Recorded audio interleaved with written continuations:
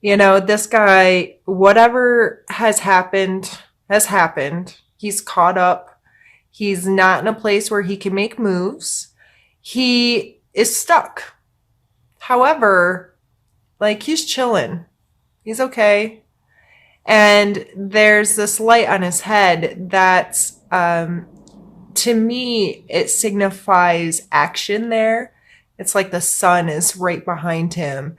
And so it's a powerful energy. And how I interpret this card is he's been hung up by whatever the situation is.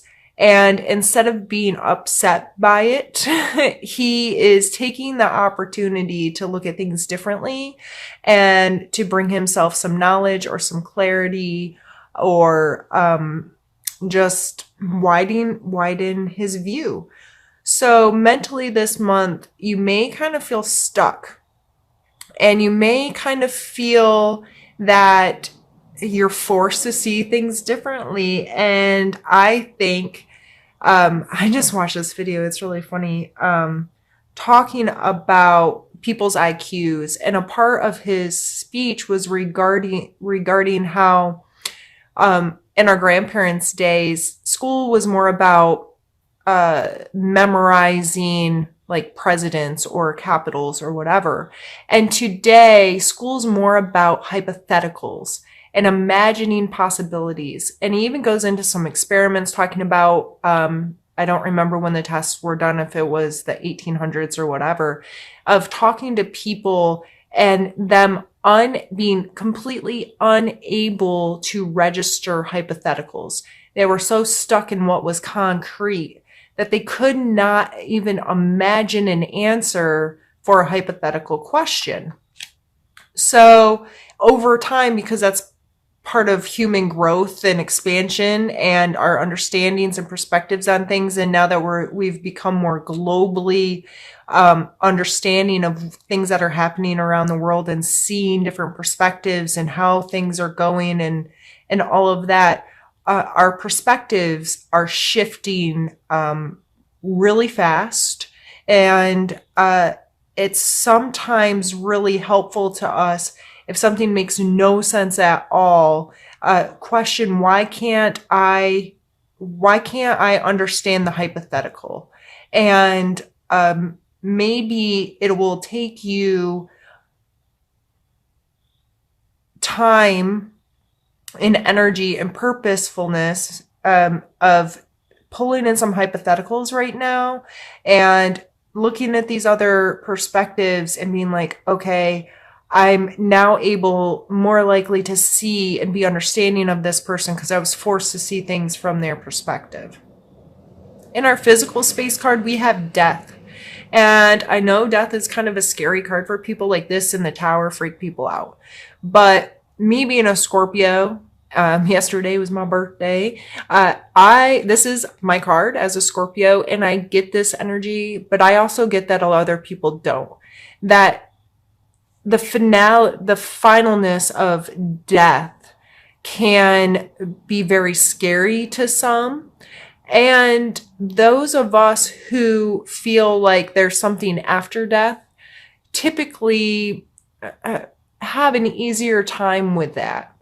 So whether you want to approach this from like a religious or spiritual standpoint or just even a mathematical science standpoint, energy doesn't end. It can change forms, but it never goes away, right? It just keeps changing into something else. You can manipulate it.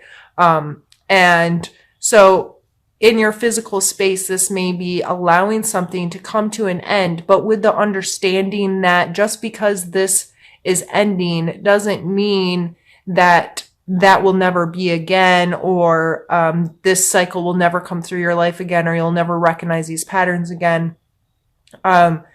So it's letting something come to an end and understanding that it may be different, the energy has changed forms, and something new is going to come from it.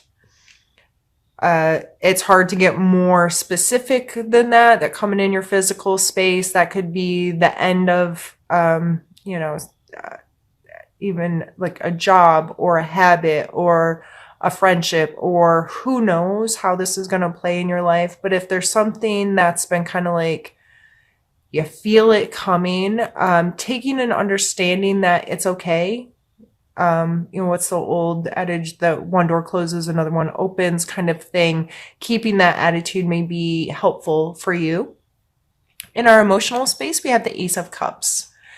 So this is potential for new, and I kind of thought it was funny that it came right after this Death card, because that newness, I feel like, is one card, like there's not strict definitional lines between these cards. When you pull multiple cards, it's because you merge them together and you're trying to get an overall energy of the feelings and so forth. We're not black and white. There aren't clear cut defined lines between things. So I see is it's like this transition here of coming into, this is ending and it's going to flow into a new beginning, because this is all about potential. And with it being a cups, this is in your emotional space. So potential to have a new emotional connection, potential to revive one, potential to authentically connect to someone else or even yourself. And in our spiritual space, we have the Five of Swords. This guy can sometimes be a bully. He's obviously won this battle. He's looking a little cocky, you know what I mean? When this card comes up, I always kind of want to stress a warning of, it's okay to stand for what you believe in, especially, in your spiritual space. However, are you winning or fighting just to win, or is this a legitimate battle? If you're being a typewriter, a keyboard warrior, if you are pushing your beliefs or your holy goodness, I can't English, viewpoints, if you are really pushing other people to try to believe the way you believe, that's a fine line of helping people, educating people, sharing with people. But if you're trying to force someone to believe you, it's not likely to be effective, right? Or if you feel like you're being bullied or on the losing end of this, that may be something that you need to have some conversations about and share and say, I appreciate your passion about whatever this is, but it makes me feel like you're trying to force me or being too judgy or hard on me or whatever, and I don't appreciate it. Sometimes some simple conversations, some of us, and I can probably, I don't know if anybody's called me out on it recently, but I'm a fixer. It's part of why I do this. I like to talk to people about the energies that are surrounding our lives and how we can make better use of them and be better human beings.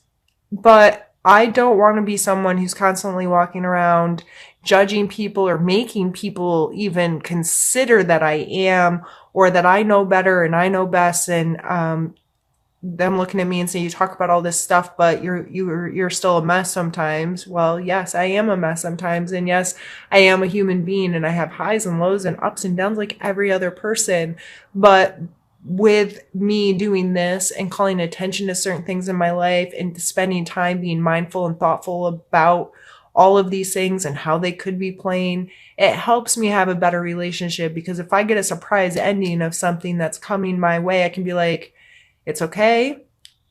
Something new may follow. One door closes, another one opens.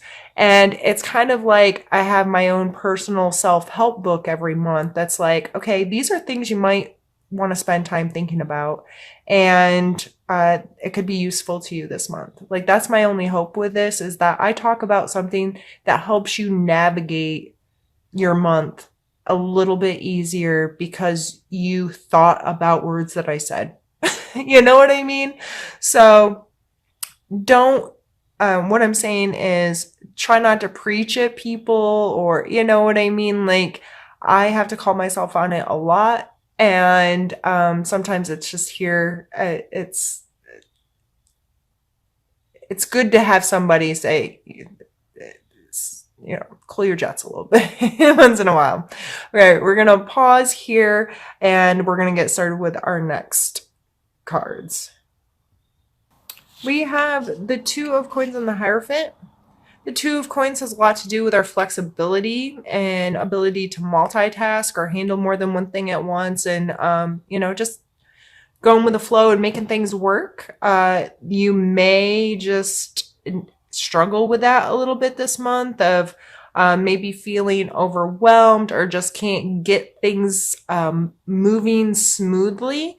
It may be helpful to you to take a closer look at your budget, your schedule, all of those kinds of things, and try to get ahead of the game. If you see an area coming up like, oh man, that day's packed a little full, how can I rearrange things a little bit, just as a what's the word I wanted to use? Preventative kind of medicine for yourself, of I'm going to try to get ahead of things a little bit, or I'm not going to take on too much.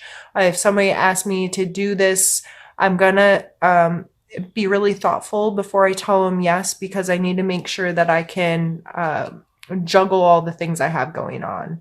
And the Hierophant is a card of institution to me. Like, he's depicted here as a religious leader with some followers. They're holding themselves accountable to things he says. They're learning from him. They're actively engaged in seeking from him, right?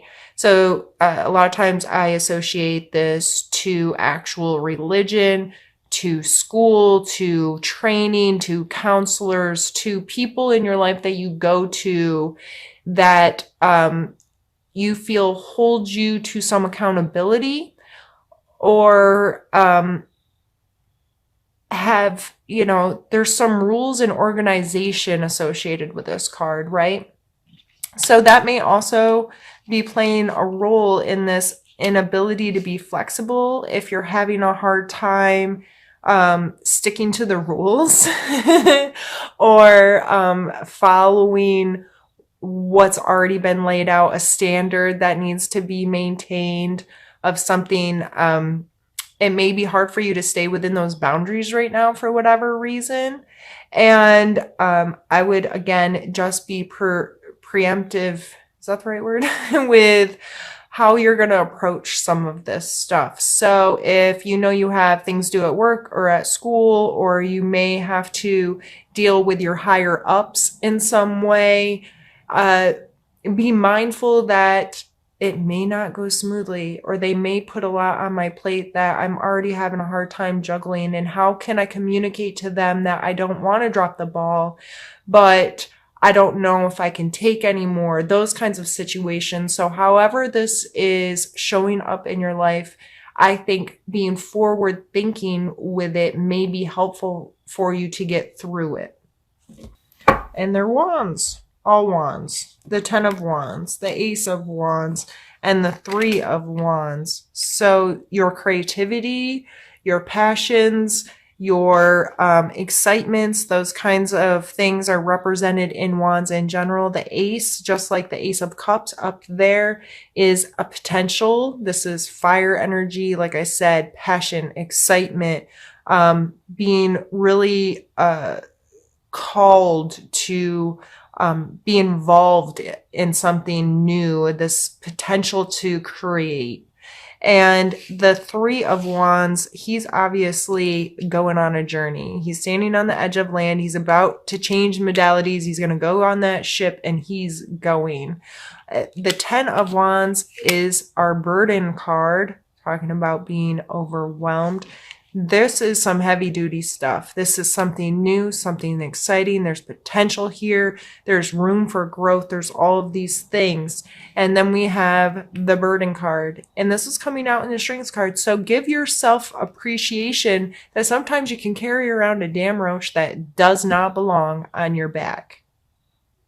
You know what I mean? Like, we all have been there where we're carrying around crap that ain't ours. And we need to put it the hell down. But we can do a pretty good job, right? Like, there's some times where you're like, I know I'm overloaded. I know I'm taking on a lot, but I'm capable of this and I can appreciate my abilities here. So instead of getting too overwhelmed, again, being forward thinking in that I can make moves. I can find potential. I can carry around burdens. I can multitask. I can deal with this stuff. However, this is playing into your life. And I feel it just has a lot to do with like some type of authority in your life that's imposing some stuff on you. And, or it's a new set of rules if you've recently changed jobs or your manager has changed or there's been some kind of reordering of the setup of the standards in your life. And if you're just like, I can do this, I got it, I have to make an impression, I have to do my best and show off right now, Leo, you know what? Do that and appreciate that you're capable of handling this. We have the Knight of Cups. This could be a water sign in your life, Leo, someone you're dealing with in your need to know area, or it could be just aspects of this within yourself. The Knight cards are always about movement to me. There's always a horse and they are going somewhere. Sometimes they're going fast and sometimes they're going slow. And he's holding this like chalice, this cup up, and it's like he's celebrating and feeling really good. And he has this willingness to enjoy this moment. And the cups are all about our emotions, right? So, this guy is, going to show his emotions and, he he's a knight. He's not the king. He might not be all the way grown up, but it's there. There's an availability there. He's outstretched with it. It's like this is me, and I'm going to share part of myself so I can connect with people. Willingness always comes to mind with the knights. There's always a willingness described in them. I'm not scared to interact. That happens with the Knight cards. All right. Tower card. You got the Death and the Tower. You got the scary cards this month. And I hope that you're able to see the good in them. This Tower card, things are getting torn down, right? There's been this dismantling of whatever it is. And you can either take the opportunity, like I was saying with Death, to be okay with it being done and looking forward to rebuilding things the way you want them to be. And for whatever reason, Leo, a lot of this is coming through to me as work stuff. And so I feel like it's best for me to talk in those terms. And if this is not coming out in your work life, it's up, as in every reading, it's up to you to associate with every card. Like, okay, what did that make me think of initially? And what does that mean to me? But if this is a work situation and there has been this upset of someone new coming in or the rules being changed, if you will, that can really be an awesome opportunity for you. And as long, this could be really good for you to pull on these strengths of being willing to do something new and be willing to look for potential and able to handle a lot of stuff. You can handle this, right? And this person, whoever this authority figure is, may need you to do this. And it's going to take being open and authentic and real with them for it to go smoothly. And here with the Tower, again, just showing something is amiss. There's been this stall or change, but it's followed by some really good cards. We have the Three of Coins, the King, or sorry, the Three of Cups, the King of Coins, and Five of Coins. The Three of Cups, this is kind of like girls' night out, having a good time, dancing and sharing some drinks kind of energy. The King of Coins is someone who is in a good financial space. He understands our material world. That doesn't mean he's rich or whatever. It means he has a maturity to understand how to take care of himself, how to make money for himself, how to have a good relationship with money, what that means, what has real value and worth in his space, or may take really good care of his physical body and his world, if you will. And then we're followed with the Five of Coins, which usually, I mean, these people kind of seem down and out, but there's this big, beautiful building here that's likely a place that they could find refuge if they were willing to walk in the door. All of this coming together as our suggestions, I really feel like we're saying the same things over and over again, but things happen, whether it's a shift in your perspective or changing location, someone new coming in, something getting pulled apart, the rules changing can lead to